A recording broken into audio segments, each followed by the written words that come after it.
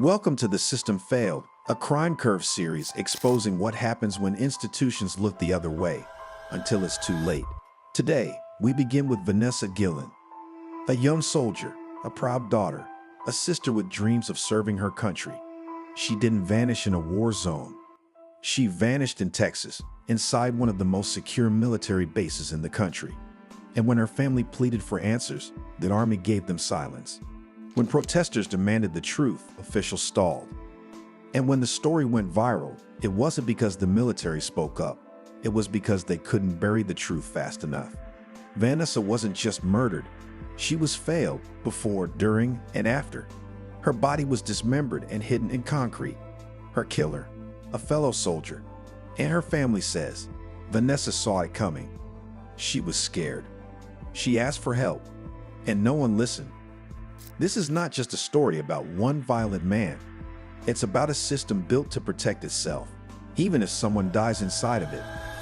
Vanessa Guillen was never the kind of person to quit. She was born on September 30, 1999 in Houston, Texas, to Rogelio and Gloria Guillen, Mexican immigrants who built a humble life for their 6 children. Vanessa was the second youngest, raised in a home where hard work, faith, and family were everything. Her parents didn't have much, but they had dreams for their kids, and Vanessa made them proud early. She was tough, competitive, precise. Even as a little girl, she knew what she wanted, to wear the uniform. While other kids daydreamed about sports or celebrities, Vanessa idolized soldiers. She watched military documentaries, memorized ranks, practiced running drills in the backyard. By middle school, she was already lifting weights and training like she was enlisting tomorrow. In high school, she was an honor student who balanced track meets and soccer games with ROTC and advanced classes. Her teachers described her as focused, respectful, and relentless. She didn't just want to serve. She wanted to rise, to lead, to prove that someone like her, a young Latina from a working-class family, could be elite. In 2018, just days after turning 18, Vanessa enlisted in the Army. She was assigned to Fort Hood, Texas, one of the largest and busiest installations in the world. It was a massive step, but she didn't flinch. She excelled in training. She was promoted quickly. Her dream was to become a combat engineer, join a special forces unit, and eventually go to college on the Army's dime. To the outside world, everything looked perfect. Vanessa smiled in uniform. She called her family often. She seemed happy. But something changed. Her family noticed subtle shifts. Her daily calls turned to once or twice a week. Her texts got shorter. When her mother asked if she was okay, Vanessa gave vague answers. Her bubbly confidence dulled. And then finally, during one brief moment of honesty, she told her mom the truth. She was being sexually harassed by a superior. She didn't name him. But she made one thing clear. She didn't feel safe. She didn't trust her leadership. She didn't believe anyone would protect her. She knew how the system worked. She'd heard what happened to other women who spoke up: retaliation, isolation, discharge. The risk wasn't just professional, it was personal. Careers weren't the only things ruined when soldiers reported harassment. Reputations were destroyed. Victims were treated like problems. And predators were quietly transferred or promoted. Vanessa decided not to file a report. She hoped she could handle it herself. Stay strong. Keep her head down. Wait it out. But what she didn't know was that silence wouldn't protect her. Fort Hood wasn't just any base. Between 2015 and 2020, it led the military in violent crime. Reports of sexual assault and harassment were widespread. Investigations were slow, incomplete, or never started. Soldiers who disappeared were rarely headline news. And for many women stationed there, the culture was clear: you're on your own. Vanessa was dedicated, smart, strong, but she wasn't invincible. And she wasn't paranoid. She was in real danger, and the people paid to notice did. And then, it was too late. April 22, 2020, a regular Wednesday, until it wasn't. Vanessa Guillen reported into work at the Fort Hood Armory that morning like she always did. She was dressed in her camouflage uniform, hair tied back military style. No sign that today would be any different. But by noon, she was gone. Vanished inside a secure U.S. military base. Let's rewind to the moment things turned dark. According to court records and FBI testimony, Vanessa was last seen entering the arms room, where she worked. That's where Specialist Aaron David Robinson was also assigned. At just 20 years old, Robinson had been in the Army for a short time, and on paper, he looked clean. No prior offenses, no black marks. But beneath the surface, he was impulsive, volatile, and hiding something. He was having a secret affair with a married soldier's wife, a major violation of military conduct. If reported, it could have ended his career. And Vanessa, she found out. Witnesses say Vanessa caught Robinson using a government-issued cell phone to exchange inappropriate photos with the woman he was involved with.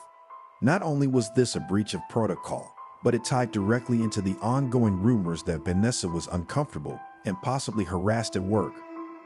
Robinson panicked. He couldn't afford to be exposed. And in that moment, alone with Vanessa in the arms room, he made a decision. A brutal, irreversible one. He grabbed the hammer, one of the many tools kept in the weapons maintenance area, and struck her in the head. Once, twice, again, and again, and again, over and over until her skull was crushed. There were no screams, no alarms. Either she was silenced instantly, or no one came. Blood splattered across the walls. Her body crumpled to the floor, still in uniform. The force of the attack fractured her jaw, her cheekbones, her cranium. Her death was violent and immediate. Robinson didn't call for help. He didn't panic. He cleaned up. He wrapped Vanessa's body in a heavy-duty tarp, dragged her across the concrete floor, and stuffed her into a tough box, a large black trunk used for storing weapons and gear. She weighed less than 130 pounds. He was able to lift it solo. Then, in broad daylight, he wheeled that box out of the arms room, past surveillance, cameras, past other soldiers, and loaded it into his vehicle. And no one stopped him. No questions, no reports.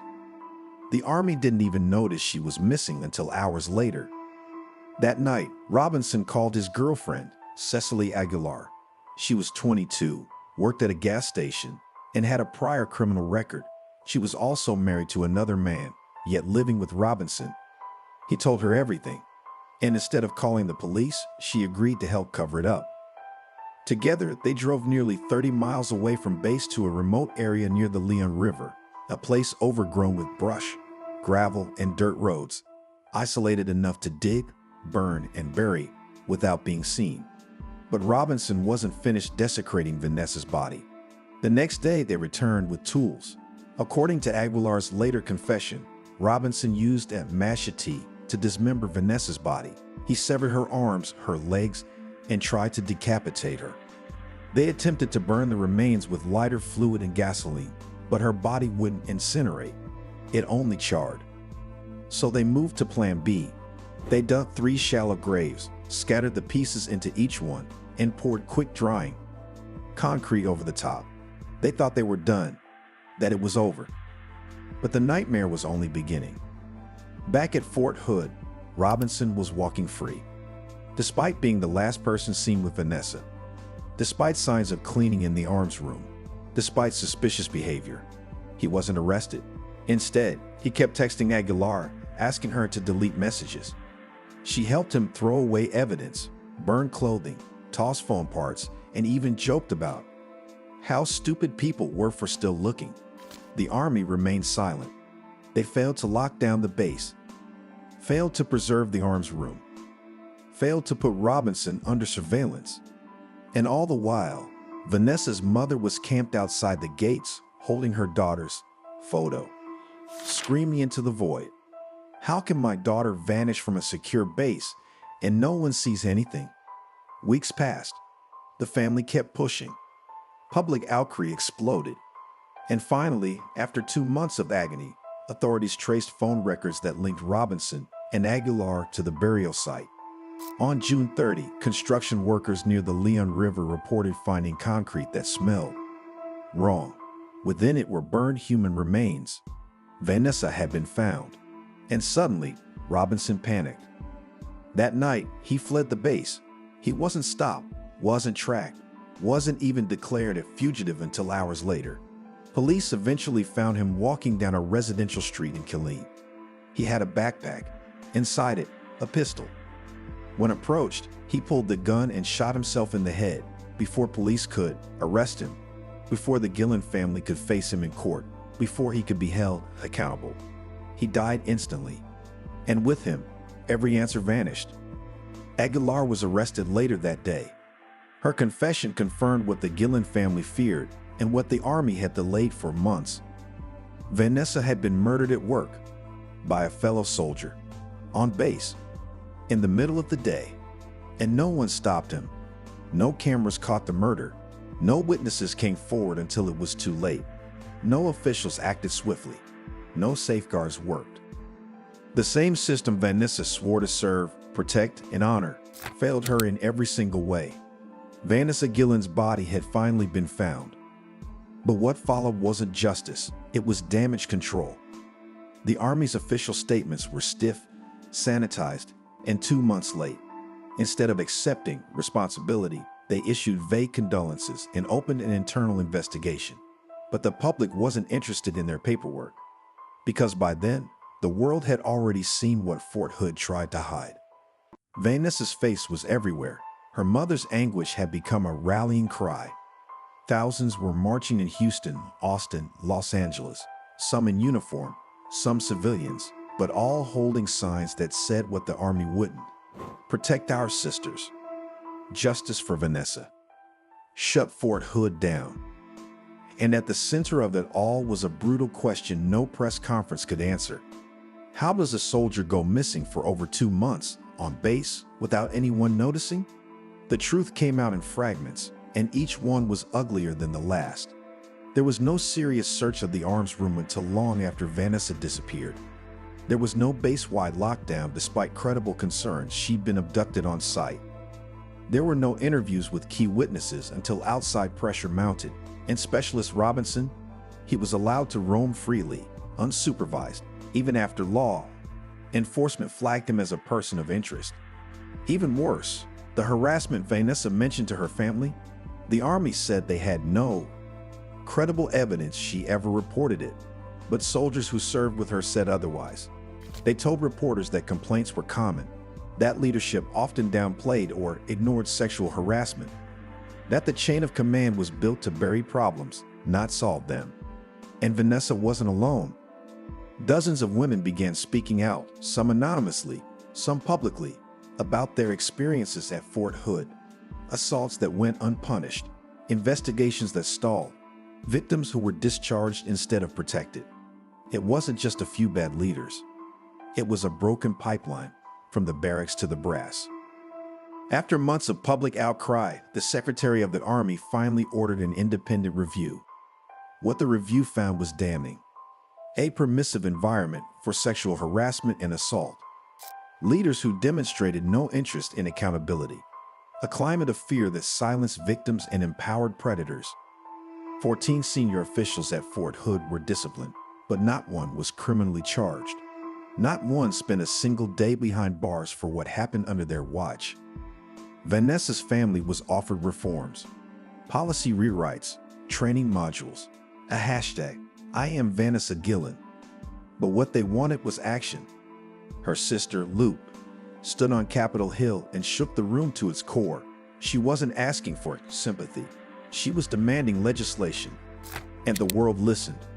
In 2021, the I Am Vanessa Guillén Act was introduced in Congress. It aimed to strip the military chain of command from handling sexual harassment and assault investigations, giving those responsibilities to independent prosecutors. The bill gained bipartisan support, but stalled. Because even in the aftermath of a murder, the system moves slowly, grudgingly, protectively. And that's what this case exposed most. Not just a single act of violence, but a culture that enabled it.